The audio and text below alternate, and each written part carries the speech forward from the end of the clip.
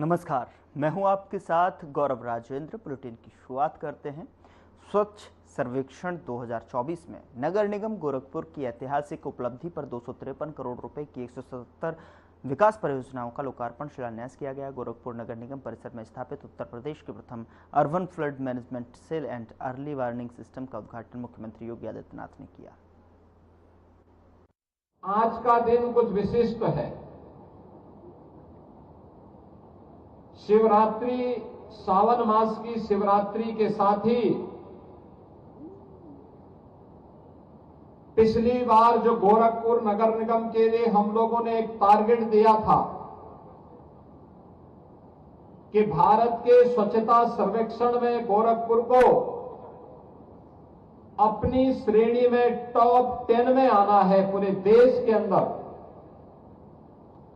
मैं अभिनंदन करूंगा नगर निगम की इस पूरी टीम का,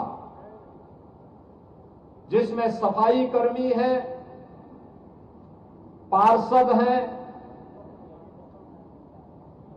स्वच्छता समितियां हैं और इन सबको नेतृत्व देने वाले महापौर और नगर आयुक्त, नगर निगम के सभी सुपरवाइजर, अन्य अधिकारीगण, इन सभी को जिन्होंने पूरे देश के अंदर उत्तर प्रदेश को, गोरखपुर सिटी को चौथा स्थान दिलाने में सफलता प्राप्त की है। बहनों और भाइयों, 74 से 22 और 22 से 4 नंबर पर आना यह अपने आप में किसी एक बड़ी उपलब्धि से कम नहीं, और ये दिखाती है कि हां, हम भी अपनी श्रेणी में नंबर 1 पर आ सकते हैं। ये गोरखपुर ने करके दिखा दिया है कि 74 से 3 वर्ष में हम चौथे नंबर पर आ गए हैं और अगली प्रतिस्पर्धा हमारी टॉप 3 की होने वाली है। और उसके लिए अभी से हम सब की क्या जिम्मेदारी होनी है, इसके बारे में जो भूमिका होनी है, उन्हीं सब के लिए महानगर वासियों से अपील करने के लिए मैं गोरखपुर विशेष रूप से आया हूं। याद करिए, गोरखपुर सिटी के बारे में पहले क्या चर्चा होती थी, गोरखपुर के बारे में लोग क्या बोलते थे। मच्छर भी थे, माफिया भी थे, गंदगी भी थी,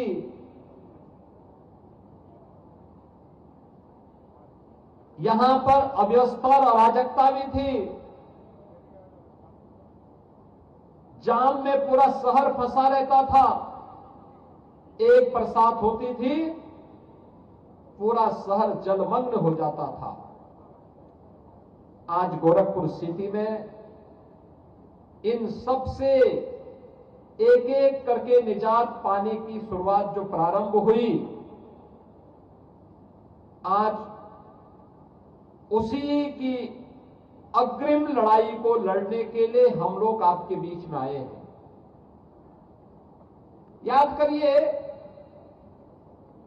गोरखपुर एक समय कितनी अव्यवस्था से जूझता था, किस प्रकार की अव्यवस्थाएं थी। बीमारियां अलग थी, मच्छर का प्रकोप अलग था, माफियाज के गैंगवार अलग थे, जनता बुनियादी सुविधाओं से त्रस्त रहती थी। लेकिन अब ये नए भारत का नया उत्तर प्रदेश है, तो नए उत्तर प्रदेश के लिए गोरखपुर ने भी अपने आप को तैयार किया और नया गोरखपुर बनकर के दिखा दिया है। जब स्वस्थ प्रतिस्पर्धा खड़ी होती है, पैर खींचने की नहीं, एक दूसरे को नीचा दिखाने की नहीं, बल्कि आगे बढ़ने की, हमें भी विकास में योगदान देना है, हमें भी कुछ करके दिखाना है, हमें भी अपने शहर का, अपने वार्ड का नाम कमा के दिखाना है, तब इस लक्ष्य को प्राप्त किया जाता है। और मैं गोरखपुर महानगर वासियों का इस बात के लिए भी धन्यवाद दूंगा कि उनके द्वारा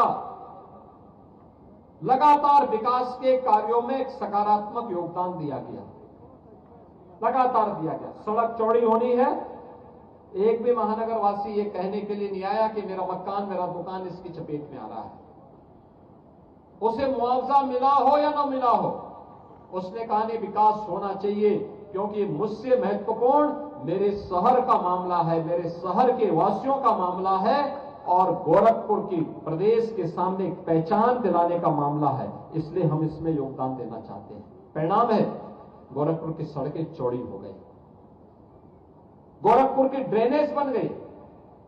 अन्य शहरों में बड़ा कठिन होता है, जब बड़े कोई नाला को बनाना होता है तो उस नाले में पहले से लोग बसे होते हैं। जैसे रामगढ़ ताल में रवि किशन ने नाले के ऊपर घर बनाया हुआ है, और इसीलिए हम लोगों ने पहले ही व्यवस्था बनाई कि भाई देखो, नाले के ऊपर मत बनाओ, ये देर सवेर भाई जनता को असुविधा होगी तो परेशानी होगी। तो इसीलिए हमने उनको कहा कि भाई देखो, नाले से थोड़ा हट करके बनाना, जिससे जल निकासी प्रॉपर हो सके। और अभी मैं उनको दिखा के आया हूं, अभी मैं दिखा के आया हूं अंदर से कि अर्बन फ्लड मैनेजमेंट सेंटर कैसे काम करता है। देखिए, अब ये नहीं हो सकता है कि वो नाले के ऊपर कोई भी बना दे और पता ही ना लगे। अब तो मशीन से ही सब पता लग जाएगा, सेंसर बता देगा कहां पे नाला जाम हो गया है, और फिर वहीं से बटन दबा करके उसको खुलवाने की व्यवस्था भी हो जाएगी। और इसीलिए पूरे गोरखपुर महानगर में एक नया तकनीक भी है, परिश्रम भी है, टीम वर्क भी है, और साथ साथ प्रधानमंत्री जी का जो विजन है कि स्वच्छता के लक्ष्य को प्राप्त करते हुए एक स्वस्थ और सशक्त भारत के निर्माण के माध्यम से हमें विकसित भारत की परिकल्पना को साकार करना है। विकसित भारत, ये विकसित भारत तभी होगा जब हर एक क्षेत्र में हम विकसित होंगे। स्वच्छता में विकसित, स्वास्थ्य में विकसित, विकास के कार्यों में विकसित, आधुनिक सुविधाओं में विकसित, तकनीक में विकसित, जन सुविधाओं में विकसित, ये सभी जब आधुनिक होंगी तब विकास, तब विकसित के लक्ष्य को हम प्राप्त करेंगे। समग्र विकास के लक्ष्य को एक साथ जब हमने प्राप्त किया तो प्राप्त होना ही विकसित होने की दिशा में बढ़ाए गए कदम हैं। 2047 का प्रधानमंत्री जी का विजन, उस विकसित भारत की परिकल्पना को साकार करने की दिशा में जो कदम बढ़ाए गए हैं, उसी कदम की श्रेणी में हम लोगों ने इस कार्यक्रम को आगे बढ़ाया है कि गोरखपुर की भी तो भूमिका होनी है। और मुझे अच्छा लगा कि यहां सभी वार्डों में स्वच्छता समितियां काम कर रही हैं, पार्षद भी उसको अपने अपने वार्ड में लीड कर रहा है। हमने कुछ पार्षदों को भी सम्मान दिया है, मंच पर भी कुछ पार्षदों को सम्मान दिया। ये जोनल वाइज प्रतिस्पर्धा कराई जानी चाहिए और फिर महानगर वाइज भी कुछ पैरामीटर तय करते हुए कि इन क्षेत्रों में अगर वो वार्ड आगे है तो साल में एक बार उस वार्ड के पार्षद के साथ वहां की स्वच्छता समिति को सम्मानित करने की आवश्यकता है। महानगर स्तर पर फिर स्वस्थ प्रतिस्पर्धा होनी चाहिए, कौन अच्छा होता है और जो अच्छा होता है उसके लिए इंसेंटिव, एक स्पेशल इंसेंटिव वहां के लिए होना चाहिए, एक प्रतिस्पर्धा होनी चाहिए। याद रखना, महानगर के अंदर स्वच्छता समिति डोर टू डोर जाए, पब्लिक के साथ पब्लिक कैंपेन का हिस्सा बने, जनता को इसके बारे में जागरूक करे, उनको बताएं कि कैसे हम लोग अपने घर के कूड़े को सड़क पे न फेंकें। ऐसा ना हो पता लगा कि कालीबाड़ी के बाबा और रवि किशन साथ चल रहे हैं, केला खा के सड़क पे फेंक रहे हैं। अक्सर देखते होंगे आप इन लोगों की हरकतों को। अब तो सीसीटीवी कैमरे से सब दिखाई देता है, अब ये छुप नहीं सकता है, अब ये चीज छुप नहीं सकती है, क्योंकि आदत पहले से खराब थी, अब कैमरे में कैद हो जा रहा है। तो अगले दिन जब इनका चालान कटता है तो कहते हैं कि देखो आगे से नहीं करेंगे। लेकिन अब ये स्वच्छता के पार्ट बन रहे हैं। अच्छा कार्यक्रम, गोरखपुर को स्वच्छ बनाना है, जब भी हम इन लोगों से बोलते हैं तो ये लोग भी अब निकलते हैं, पब्लिक के साथ मिलते हैं, लोगों से कहते हैं मैं कूड़ा सड़क पे नहीं फेंकना है, नाली में नहीं फेंकनी है, प्लास्टिक, सिंगल यूज प्लास्टिक का उपयोग नहीं करना है, जहां तहां नहीं फेंकना है।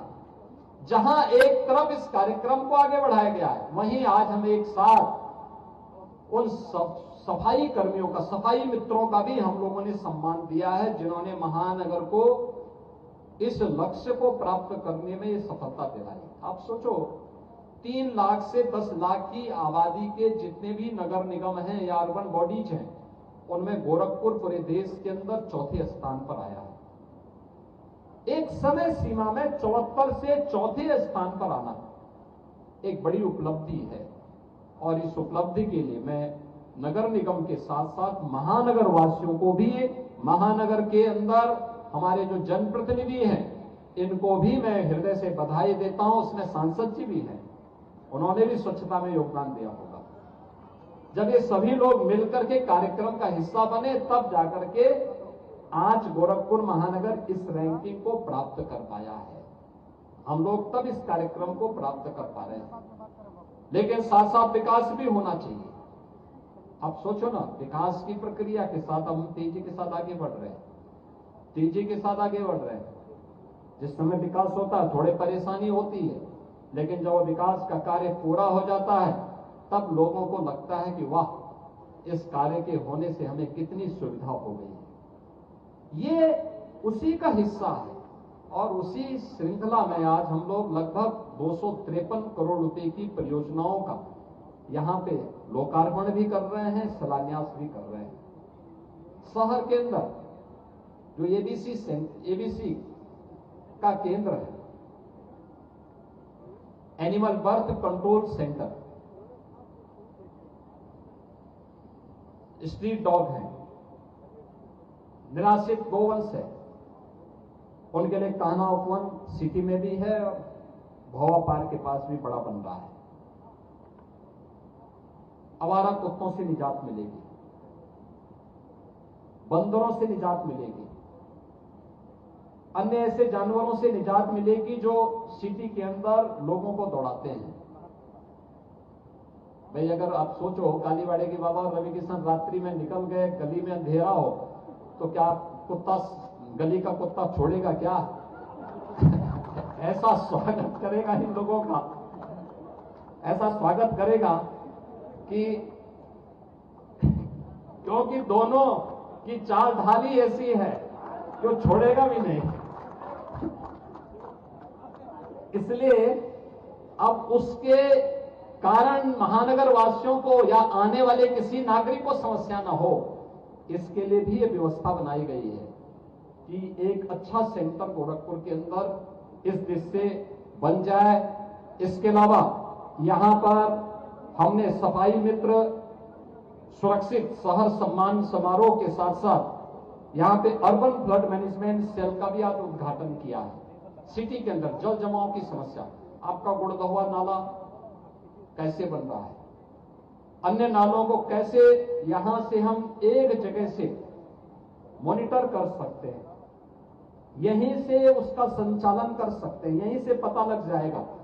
यानी बारिश कितनी हुई है और नालों का जलस्तर क्या है, कहां पे पानी रोका गया है या रुक रहा है, क्या कारण है, ये सब इस सेंटर से ही पता लग जाएगा, और वहीं से ऑटो मोड पर उसको संचालन करने की व्यवस्था रहेगी, उन्हें हम आगे बढ़ाने का काम भी कर पाएंगे।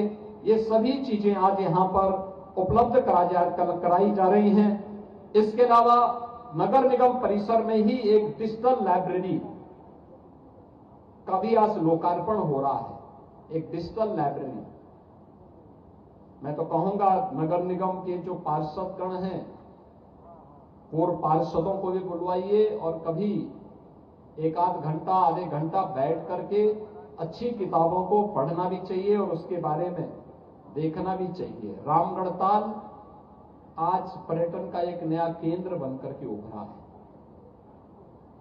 और रामगढ़ ताल के लिए भी हम लोगों ने एक 35 करोड़ 41 लाख रुपए की लागत से उसके सुंदरीकरण की फेज 2 की योजना को भी इसके लिए आज उसके लोकार्पण का कार्यक्रम भी आज यहाँ पे संपन्न हो रहा है। मैं इन सभी परियोजनाओं के लिए जो मोहल्ले मोहल्ले के एक एक वार्ड से जुड़ी हुई जो 177 परियोजनाएं हैं, इन सभी परियोजनाओं के लिए महापौर जी को, जितने भी हमारे पार्षदगण हैं, इन सभी पार्षदों को और महानगर वासियों को हृदय से बधाई देता हूं, अपनी शुभकामनाएं देता हूं और विश्वास करता हूं कि विकास के जितनी भी परियोजनाएं हैं, किसी भी निधि से और किसी भी जगह से कोई पैसा विकास का आता है, याद करना उस पैसे का इस्तेमाल सही जगह होना चाहिए और सही होना चाहिए।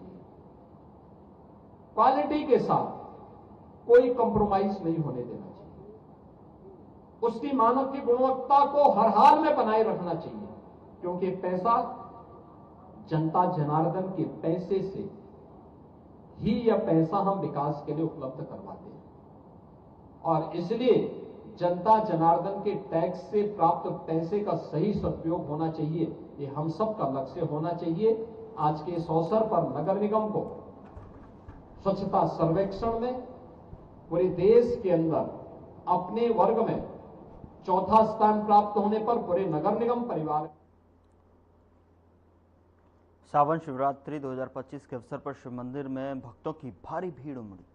मंदिर के पुजारी ने से साधना समूह ने शिवरात्रि के मौके पर बातचीत की है और इस दौरान उन्होंने क्या कुछ कहा, आइए आपको सुनवाते हैं।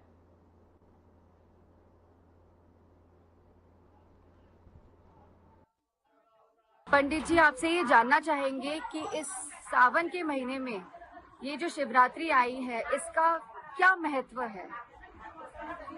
देखिए, सबसे पहले तो मैं पंडित श्याम जी मिश्रा इस शिवरात्रि के शुभ अवसर पे सबको बधाई देना चाहता हूं और यही मंगल कामना करता हूं, सबके घर में सुख समृद्धि बनी रहे।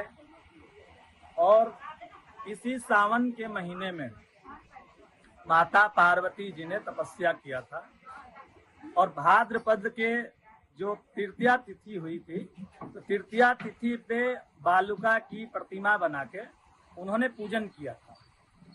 तो ये शिवरात्रि और शिवरात्रि उसी दिन उनकी शादी फिक्स हुई थी और फाल्गुन शिवरात्रि में शादी हुई थी, तो उसी दिन से शिवरात्रि का महत्व है। मैं आपसे ये जानना चाहूंगी, वैसे तो जलाभिषेक से ही शुरू हो चुकी है जी, बट इसका एक शुभ मुहूर्त जो है वो अगर आप हमारे करोड़ों जनता को बताना चाहेंगे।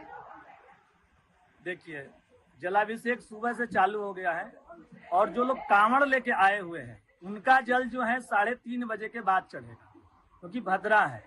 भद्रा खत्म होने के बाद 3:30 बजे से कांवड़ जो लेके आए हैं जल। वाराणसी में जिला प्रशासन ने काशी विश्वनाथ मंदिर, मार्कंडेय महादेव मंदिर और कांवड़ यात्रा पर हेलीकॉप्टर से पुष्प वर्षा की।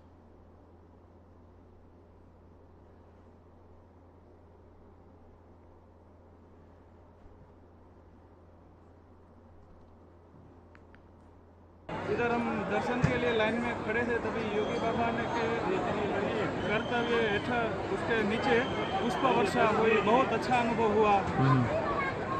हर हर महादेव। और हेलीकॉप्टर से पुष्प वर्षा हुआ, बहुत अच्छा लगा, बहुत अच्छा था करके पुष्प वर्षा हुआ। बाकी लोग भी बहुत लोग आए हैं, तो बहुत जय जयकार करे और बहुत भीड़ है फिलहाल, तो बाकी बहुत अच्छा एक्सपीरियंस। हर हर महादेव। हर हर महादेव। और योगी आदित्यनाथ का ये दिन है हेलीकॉप्टर से सारी भक्तों पर, सारे शिव भक्तों पर आज शिवरात्रि के महाशिवरात्रि के अवसर पर पुष्प वर्षा हुआ, दिल को बहुत सुकून मिला। ये हमारे स्नातन का ये बहुत बड़ा मतलब पहले ऐसा कभी नहीं देखा गया था, जो आज हो रहा है, बहुत सुकून है। हर हर महादेव। हर हर महादेव। मुख्यमंत्री योगी आदित्यनाथ ने विकसित कृषि विकसित उत्तर प्रदेश 2047 राष्ट्रीय संगोष्ठी का उद्घाटन किया और इस दौरान सीएम योगी ने कार्यक्रम को संबोधित भी किया। उत्तर प्रदेश इस दृष्टि से कृषि और कृषि अनुसंधान के देश से प्रकृति और परमात्मा की कृपा का एक प्रदेश है। हमारे पास विस्तृत कृषि भूमि है, हमारे पास पर्याप्त जल संसाधन है, कृषि भूमि अत्यंत उर्वरा है और दुनिया के अंदर उत्तर प्रदेश एकमात्र ऐसा राज्य होगा जिसकी 86% से अधिक भूभाग सिंचित है। स्वाभाविक रूप से एक तरफ प्रकृति और परमात्मा की एक कृपा और दूसरी ओर यहां पर कार्यरत केंद्र और राज्य सरकार के कृषि विश्वविद्यालयों का एक बेहतरीन संजाल।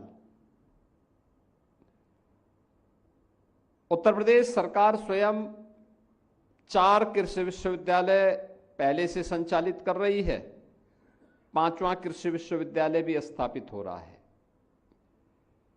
केंद्र सरकार के द्वारा भी प्रदेश के अंदर पहले से ही कृषि विश्वविद्यालय संचालित हो रहे हैं और 15 से अधिक कृषि अनुसंधान के लिए कार्यरत संस्थान प्रदेश के अंदर कार्यरत हैं। 89 कृषि विज्ञान केंद्र भी अपने अपने क्षेत्र में अपनी अपनी विशेषज्ञता का लाभ प्रदेश के अन्नदाता किसानों को प्रदान करते हैं।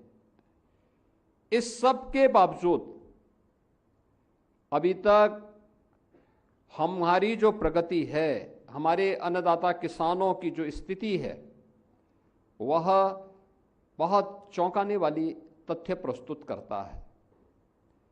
प्रदेश के बामुश्किल 25 से 30% किसान ही ऐसे हैं जो वैज्ञानिक शोध और अनुसंधान। बुलेटिन में मेरे साथ इतना ही, पर अब वक्त हो चला है डॉक्टर राकेश गुप्ता के साथ हमारे खास कार्यक्रम प्लस माइनस का।